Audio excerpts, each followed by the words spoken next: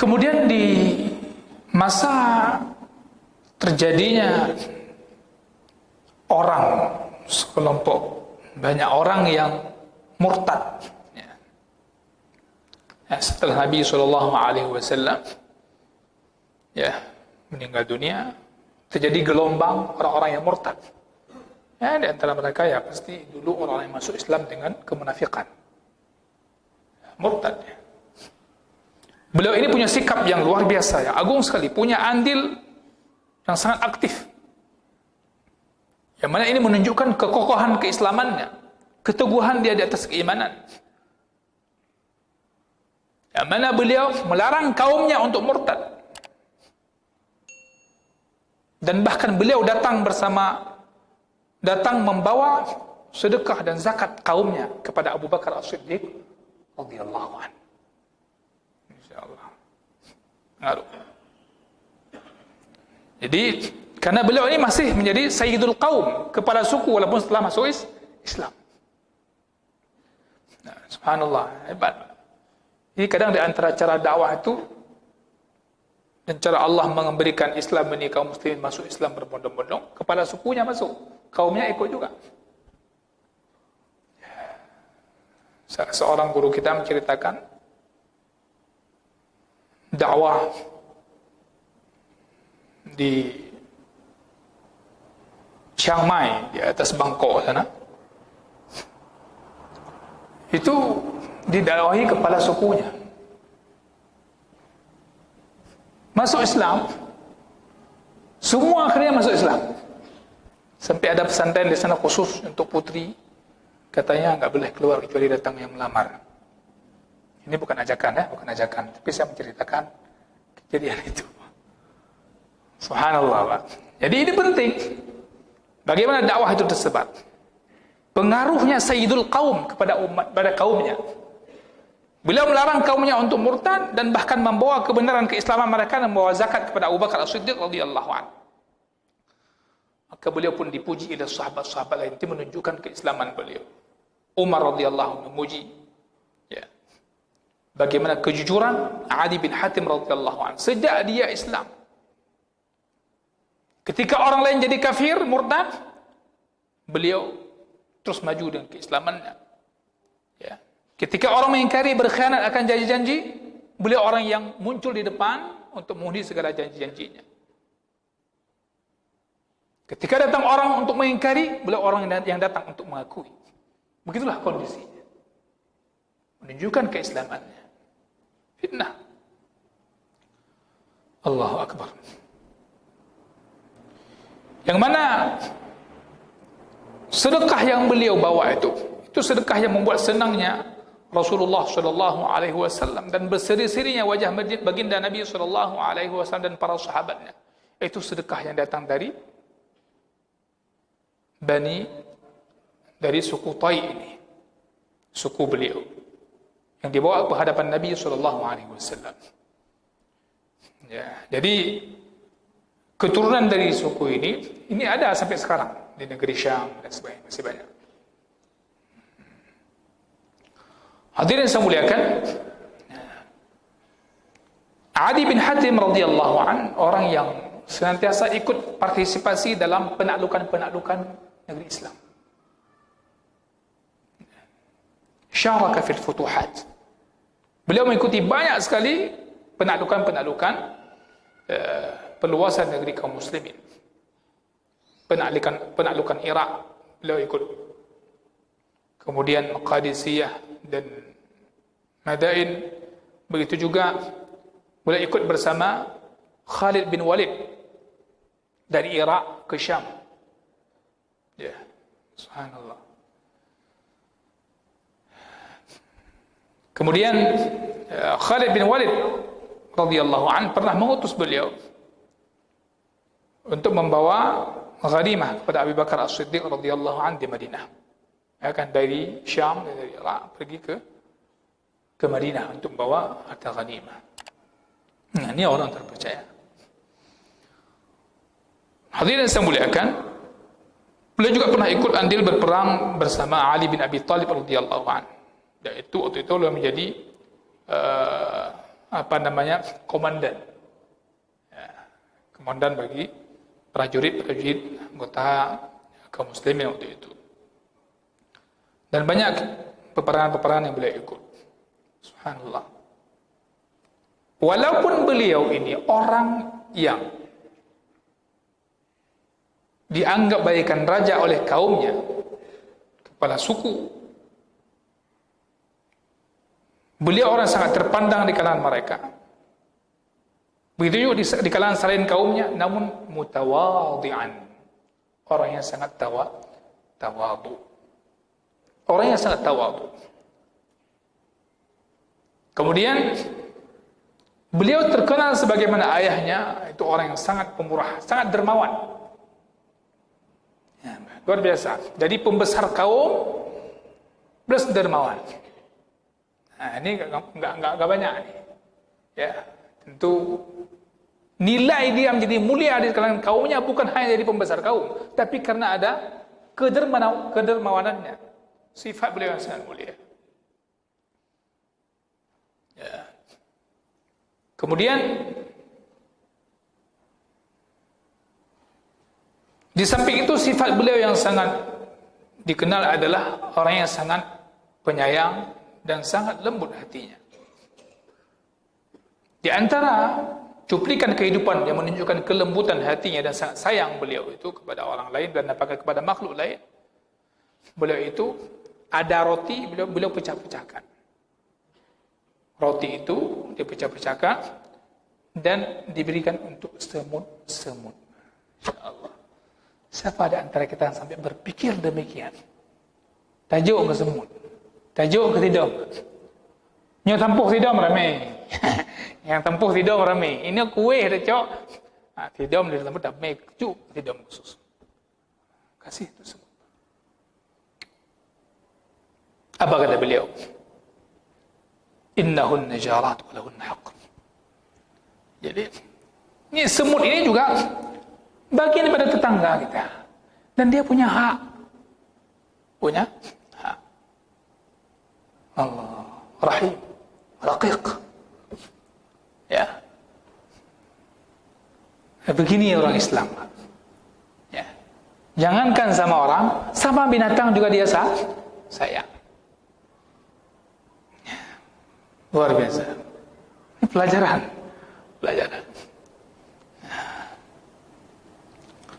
Kemudian beliau ini orang yang ikut merawikan hadis dari Nabi sallallahu alaihi wasallam. Hadis yang pernah beliau rawikan dari Nabi sallallahu alaihi wasallam yang dirawikan sampai kepada kita hari ini dalam kitab-kitab para ulama hadis, dalam pembukuan hadis itu ada 66 hadis. 66 hadis. Karena sahabat itu punya tugas semua. Jadi ada yang seperti Abu Hurairah radhiyallahu anhu, walaupun beliau belakangan masuk Islam, tapi dia fokus dengan Nabi sallallahu alaihi wasallam. Ashabus suffah, ahlus suffah tinggal di masjid. Ya. Dengan sahabat lain punya tugas dakwah, punya tugas dan sebagainya. Ya. Beliau merawikan 66 hadis Nabi sallallahu alaihi wasallam. Allah. Kita lihat hidup beliau ini luar biasa. Walaupun masuk Islam ketika umur sekian, artinya bukan sejak kecil, tapi beliau ini hidupnya berkah. Umur Allah berikan kepada beliau umur yang panjang. Ya. Beliau meninggal dunia umur 120 tahun. Bahkan ada mengatakan lebih. 120 tahun. InsyaAllah. Sekarang udah jarang. Umur 120 tahun meninggal dunia. Allahu Akbar. Itu beliau meninggal pada tahun 68 Hijriah. Meninggalnya di Kufah. Kufah sekarang masuk ke wilayah Irak. Hadirin yang saya muliakan, banyak sekali pelajaran yang bisa kita ambil dari sosok Adi bin Hatim bin Abdullah bin Sa'ad At-Ta'i radhiyallahu anhu. Adi bin Hatim bin Abdullah bin Sa'ad At-Ta'i radhiyallahu anhu.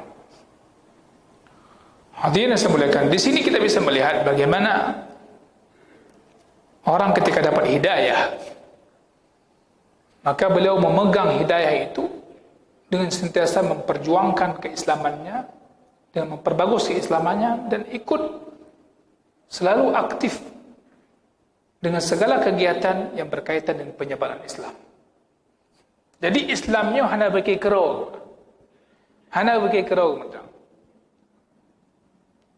Kemudian akhlak yang baik ketika sebelum Islam, ketika dia setelah masuk Islam melanjutkan dengan kebaikan yang sebelumnya dia pernah lakukan, maka itu menunjukkan lebih baik lagi.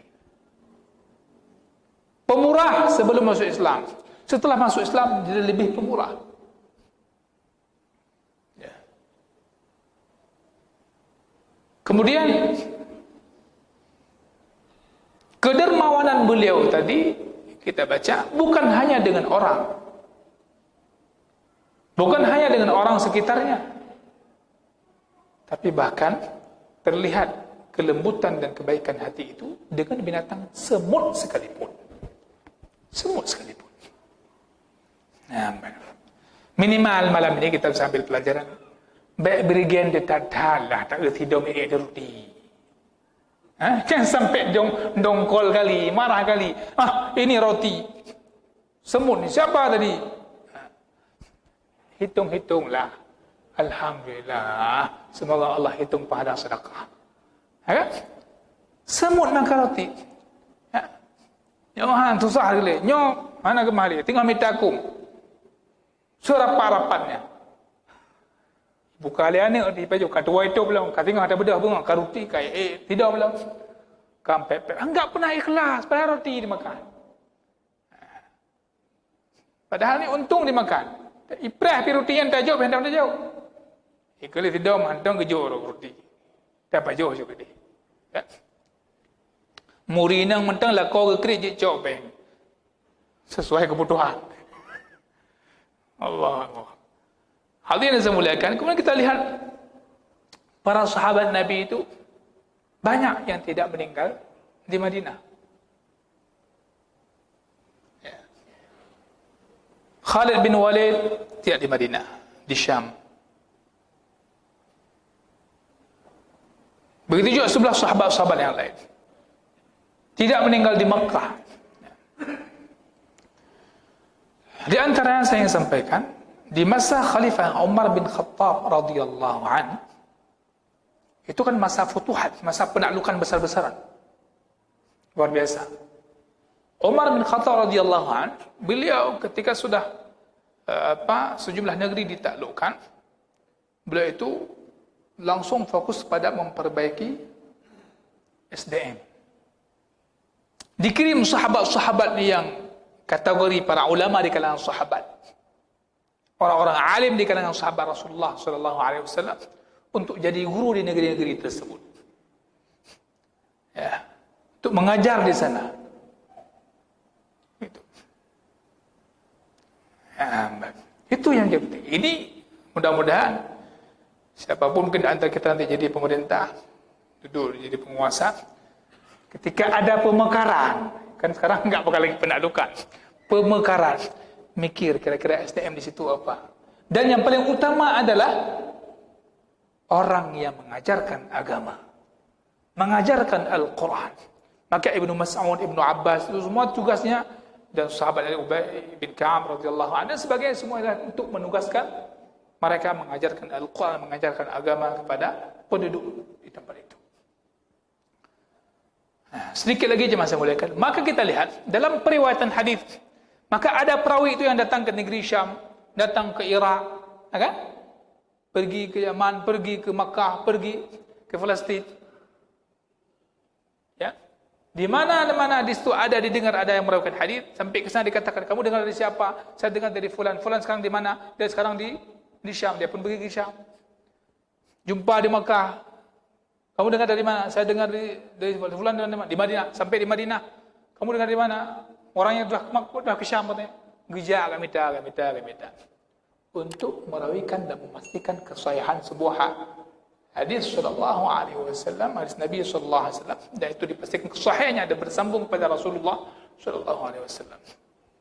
Hari ini kita sudah mudah, tinggal datang mempelajari dan mendengar saja, ya, dan memahami sesuai dengan ilmu hadis untuk kita memahami hadis-hadis Nabi sallallahu alaihi wasallam. Wallahu taala alam wal ilmu 'indallah. Ini mudah-mudahan pelajaran dari biografi Adi bin Hatim radhiyallahu anhu ini menjadi penyemangat bagi kita dalam beramal, dan kita juga semangat memperbagus keislaman kita sebagaimana Adi bin Hatim radhiyallahu anhu. Hadirin yang saya muliakan, insyaallah ke depan kita akan mengkaji apa yang beliau dengar dari Nabi sallallahu alaihi wasallam. Apa pesan Nabi yang beliau sampaikan kepada kita dalam riwayat beliau ini. Sekian, subhanakallah bihamdika asyhadu an la ilaha illa anta astaghfiruka wa atubu ilaik. Sallallahu wasallam ala nabiyyina Muhammad. Wassalamu alaikum warahmatullahi wabarakatuh.